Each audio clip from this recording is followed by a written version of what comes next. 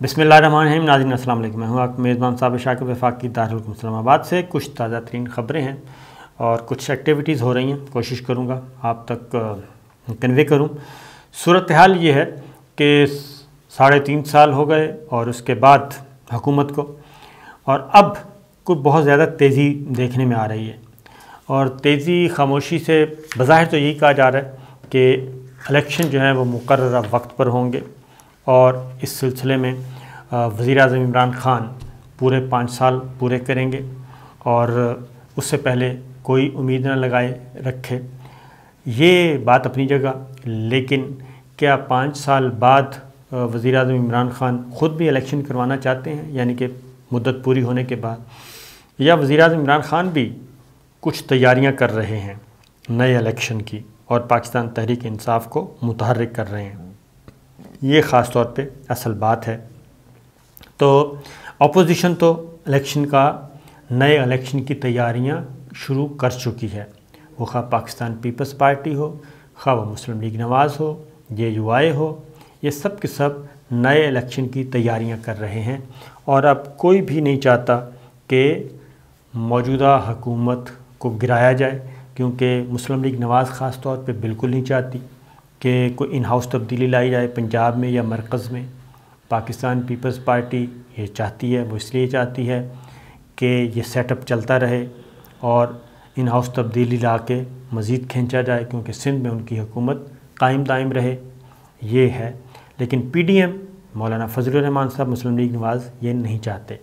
अब पहले तो इस बात पे करते हैं कि वज़ीर-ए-आज़म इमरान खान को क्या इस बात का नहीं पता कि वो किस तरफ जा रहे हैं हालात? तो वज़ीर-ए-आज़म इमरान खान को भी पता है जी, और वो खामोशी से वो भी अगले इलेक्शन की तरफ बढ़ रहे हैं।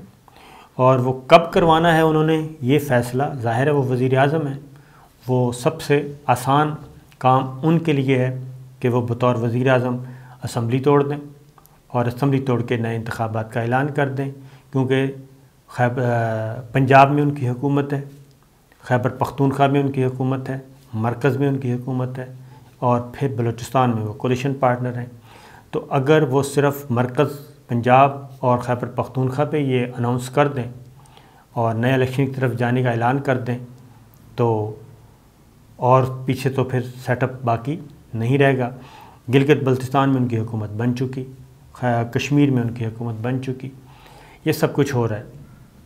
इसीलिए अब वो जल्दी में हैं जॉइंट सेशन बुला के जो कवानीन मंजूर करवाना चाहते हैं, और वो किसी किस्म का कोई कंप्रोमाइज़ नहीं करना चाहते मुस्लिम लीग नवाज़ के साथ या पीपल्स पार्टी के साथ। गिव एंड टेक करके वो लेजिस्लेशन नहीं करवाना चाहते।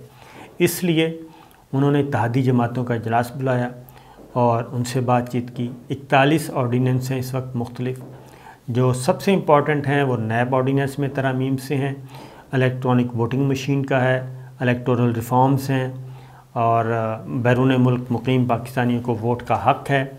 ये ख़ास तौर पे तो वो जल्द से जल्द, आखिर उनको इतनी जल्दी क्या है कि वो जॉइंट सेशन बुला के ये कवानीन मंजूर करवाना चाहते हैं और इसी महीने करवाना चाहते हैं 41 ऑर्डीनेंस। इसलिए जो इत्तलात हैं हमारे पास वो यही हैं कि कुछ ना कुछ दरून खाना पाकिस्तान तहरीक इंसाफ भी तैयारी कर रही है, और वो हो सकता है कि पूरी पार्लिमानी पार्टी को ना पता हो, लेकिन वज़ीर-ए-आज़म इमरान खान कोर कमेटी को इसका अंदाज़ा है। जो कोर कमेटी मीन जो किचन कैबिनेट होती है, उसकी वजह यह है कि वज़ीर-ए-आज़म इमरान खान एक तरफ तो वो ऐसे मुआशी पैकेज अनाउंस किया, हेल्थ कार्ड का वो है कि दिसंबर तक हर सूरत में, इस साल दिसंबर तक हेल्थ कार्ड जो है वो हर सूरत में पहुंच जाए हर ख़ानदान तक, पंजाब में भी ये उनका हदफ है। किसानों को वो 5 लाख बिलासूद कर्ज़ों का इजरा, फिर जो आसान घर स्कीम है उसमें वो बैंकों को कर चुके हैं एक क्या कहना चाहिए, स्टेट बैंक के ज़रिए, तमाम बैंकों के ज़रिए एक पॉलिसी बनवा चुके हैं। अब 120 अरब रुपये का मुआशी पैकेज अनाउंस कर दिया। वज़ीर-ए-आज़म इमरान खान तरक्याती फ़ंड्स के बिल्कुल ख़िलाफ़ थे, लेकिन अब जो है इत्तलात वो है कि ज़्यादा से ज़्यादा तरक्याती फ़ंड्स भी جاری کیے جا رہے ہیں ارکان پارلیمان کو، خواہ وہ مرکز کے ہیں یعنی کہ MNAs ہیں یا صوبائی ہیں، KPK سے ہیں یا پنجاب سے ہیں، ان کو اناؤنس کیا جا رہا ہے اور جاری کیے جا رہے ہیں۔ اور اس میں جو ہمارے ساتھ جو اعداد و شمار ادھر موجود ہیں، وزیر اعظم عمران خان جو ترقیاتی فنڈز دیے ہیں، جاری کیے ہیں، وہ اس پالیسی کے حق میں نہیں تھے۔ وہ کہتے تھے کہ یہ ان کا کام نہیں ہے پارلیمنٹیرینز کا، لیکن اب ان کی پالیسی تبدیل ہو چکی ہے۔ وہ اسی لیے کہ ان کو معلوم ہے کہ الیکشن کروانا ہے، جو کلچر ہے ہمارا وہ اتنی جلدی تبدیل نہیں ہو سکتا، نہ پولیٹیکل کلچر نہ انتخابی کلچر۔ لہٰذا فیصل آباد ڈویژن سے تعلق رکھنے والے ارکان کو 3 ارب 85 کروڑ روپے کے ترقیاتی فنڈ جاری کیے، اور فیصل آباد شہر کے لیے 2 ارب 10 کروڑ روپے کے فنڈز جاری کیے جا چکے ہیں، جھنگ کے لیے 1 ارب 5 کروڑ روپے، اسی طریقے سے راولپنڈی اراکین اسمبلی کو 2 ارب 40 کروڑ، ملتان کو 2 ارب 30 کروڑ، DG خان کو 1 ارب 40 کروڑ، لاہور کو 1 ارب 13 کروڑ، مظفر گڑھ 1 ارب 7 کروڑ، راجن پور کو 1 ارب 5 کروڑ، رحیم یار خان کو 1 ارب 3 کروڑ کے ترقیاتی فنڈز جاری کیے جا چکے ہیں۔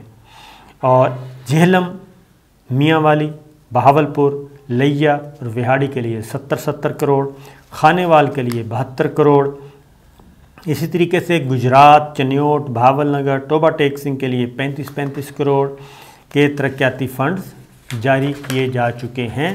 اور اس میں ایڈیشنل جو سکیمیں ہیں وہ بھی ایڈ کی جا رہی ہیں تاکہ زیادہ سے زیادہ فنڈز لگائے جائیں، زیادہ سے زیادہ ڈیولپمنٹ کا کام ہو، سڑکیں بنیں، پل بنیں، پلیاں بنیں اور کھالوں کا کام ہو۔ اس طرح سے جو سکیمیں آ رہی ہیں MNAs اور MPs کی طرف سے، وہ زیادہ سے زیادہ پیسہ لگایا جا رہا ہے، خرچ کیا جا رہا ہے۔ تو یہ ساری چیزیں ہو رہی ہیں۔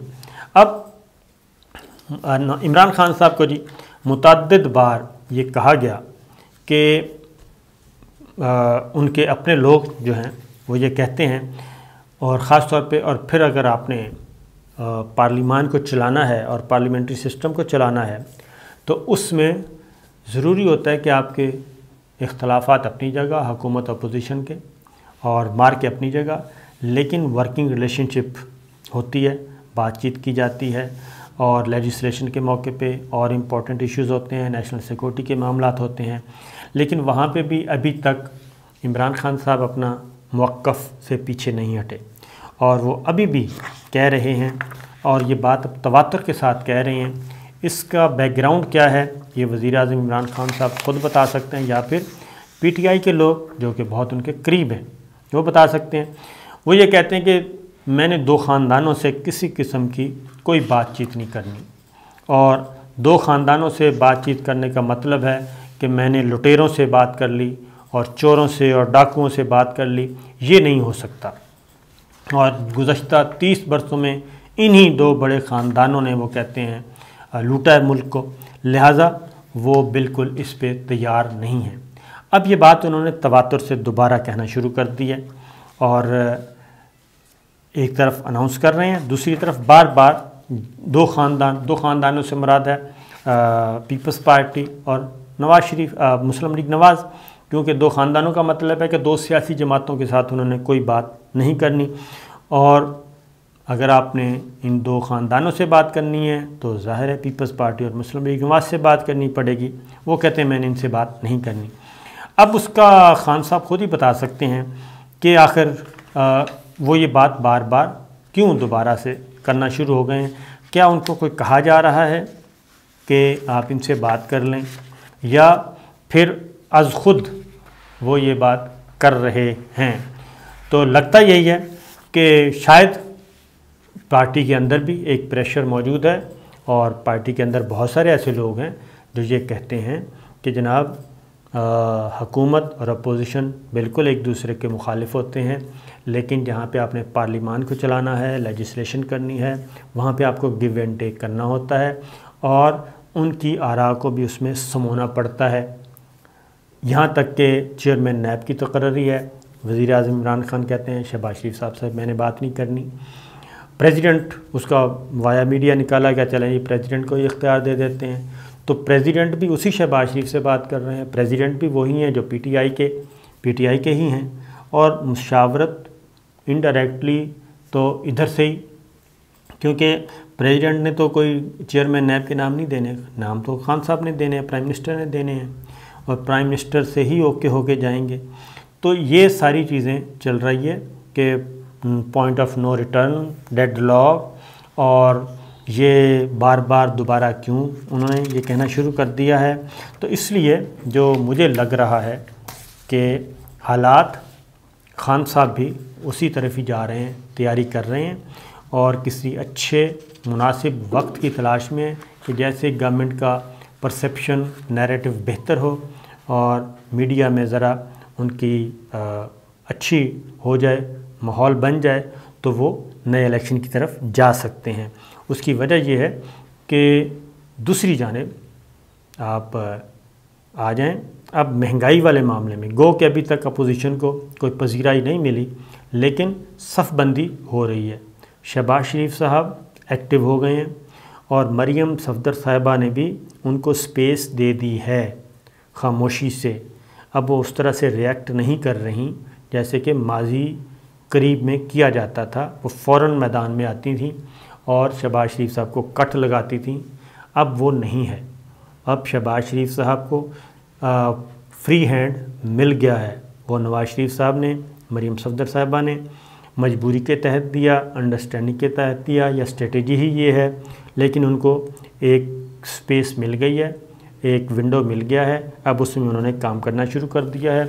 मौलाना फजलुर रहमान साहब, शहबाज शरीफ साहब, ये सब एक्टिव हुए हैं, और शहबाज शरीफ साहब का बिलावल भुट्टो के साथ रब्ता हो रहा है। जो वर्किंग रिलेशनशिप मरियम सफदर साहिबा की वजह से ख़त्म हो गई थी पीपल्स पार्टी और मुस्लिम लीग नवाज़ के दरमियान, वो वर्किंग रिलेशनशिप दोबारा बहाल हो गई है। और शहबाज शरीफ साहब ने फजलुर रहमान साहब, अख्तर मैंगल साहब, आफ्ताब शेरपाव साहब, एमल वली ख़ान, अंस नूरानी, डॉक्टर मालिक बलोच से भी टेलीफोनिक रब्ते किए, और पार्लियामेंट का जो मुश्तरका इजलास बुलाया जाना है गवर्नमेंट की तरफ से, उस पे वो कह रहे हैं कि इस पे हमें जॉइंटली सोचना चाहिए और मुश्तरका हिकमत अमली बनानी चाहिए। तो आहिस्ता आहिस्ता अपोजिशन जो है, पीपल्स पार्टी और मुस्लिम लीग नवाज़, पीडीएम और पीपल्स पार्टी और एएनपी, वो आपस में कुट्टी होने के बावजूद अब दोबारा मिल रहे हैं। तो अपोजिशन को कब इलेक्शन सूट करता है नया, और प्राइम मिनिस्टर इमरान खान को कब सूट करता है, ये है टाइमिंग्स का मामला। तो फ़ैसला ज़ाहिर है अभी तक तो वज़ीर आज़म इमरान खान के हाथ में है, लेकिन कुछ अरसे के बाद क्या हो कुछ नहीं कहा जा सकता।